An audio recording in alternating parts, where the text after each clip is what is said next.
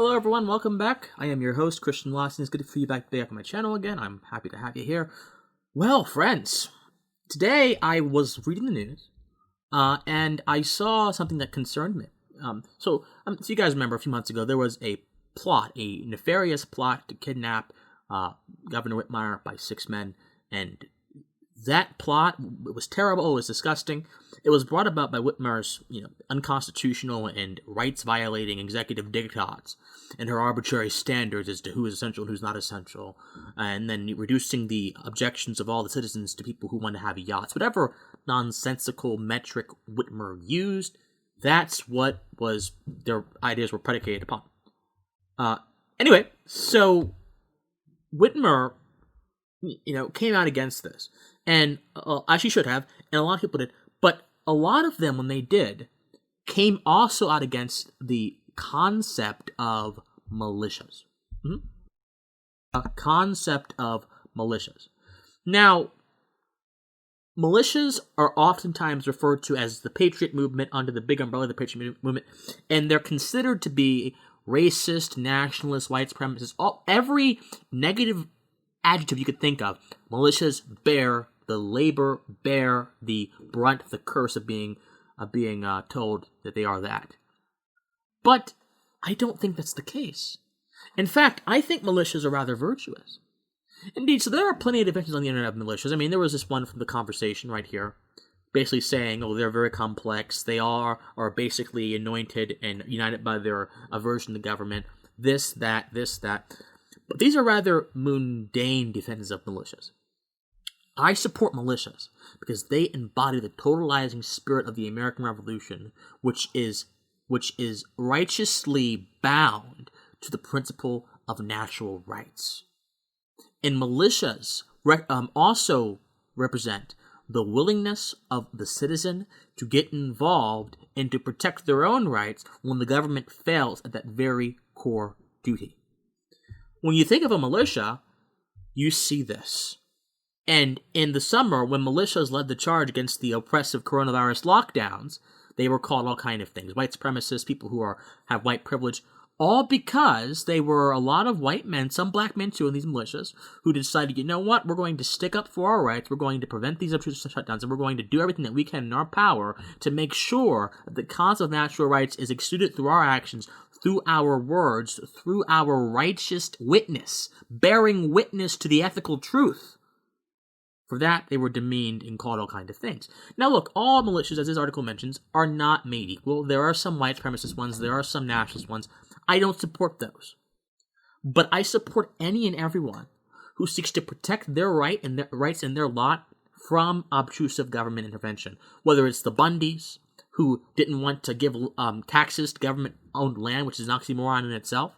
Whether it's other militias, which don't like shutdowns. Whether it's the militias in Kenosha, which protected businesses from ravenous thugs, ravenous, wildly possessed, illogically possessed people who are out there destroying businesses in the name of social justice, regardless of who it is. I support the sentiment that is at the barest affirmation of our natural rights. It is righteous.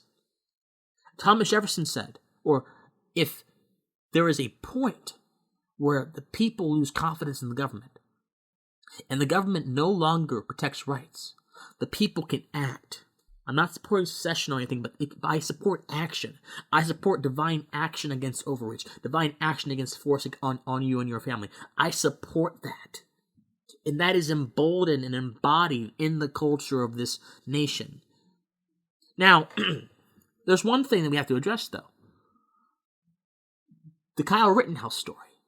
Because he was proclaiming to be a militia member, even though militias in the area did not really claim him. And he went out, and there were shots were fired.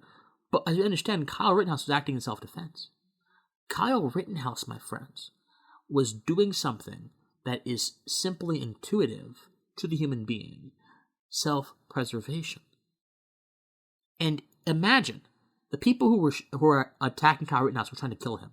The people he shot were felons, and they were violent, like they wanted to kill him. Imagine if he hadn't had that gun. Imagine if militia members had not been around in Kenosha. The carnage would have been terrible, and the destruction of property would have been worse. I support militias because sometimes they are the only line of defense against those who would seek to infringe upon our rights.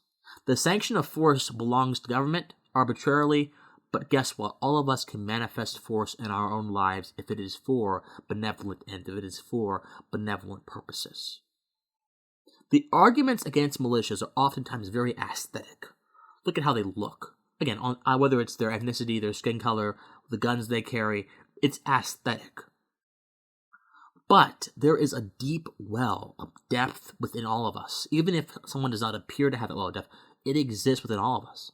And for you to simply look at the surface and make a judgment is to engage in superficial thinking, false argumentation, and to lose grasp of the truth. The truth is, a lot of people in militias have a deep-rooted understanding of the principles upon which they stand upon. The American Revolution was the largest war fought in conjunction with principles in the history of the world. And in conjunction with principles. Many wars are not fought for principles, they are fought for temporal things. But principles are forever, my friends. And so long as Patriot militias, or the proper militias, ones that are not racist or whatever, but understand the glory of the American founding, can fight and can preserve freedom, the better off all of us are in that endeavor. So I encourage you, forget the aesthetics, forget the superficial arguments, and actually engage in the idea that militias are actually probably not all that bad. And that the aberrations that do things that are condemnable, condemn them. Condemn these 6 men who tried to kidnap Whitmer. That's wrong. But also recognize that there is a need for a force that is obedient to nothing more than principles. And sometimes the government and the police cannot adhere and abide by that. Understand that, recognize that, and be a little bit more forgiving in your analysis of militias if you hate them. Or if you don't hate them, be a little bit more critical of the ones that are bad and adulate the ones who are righteous.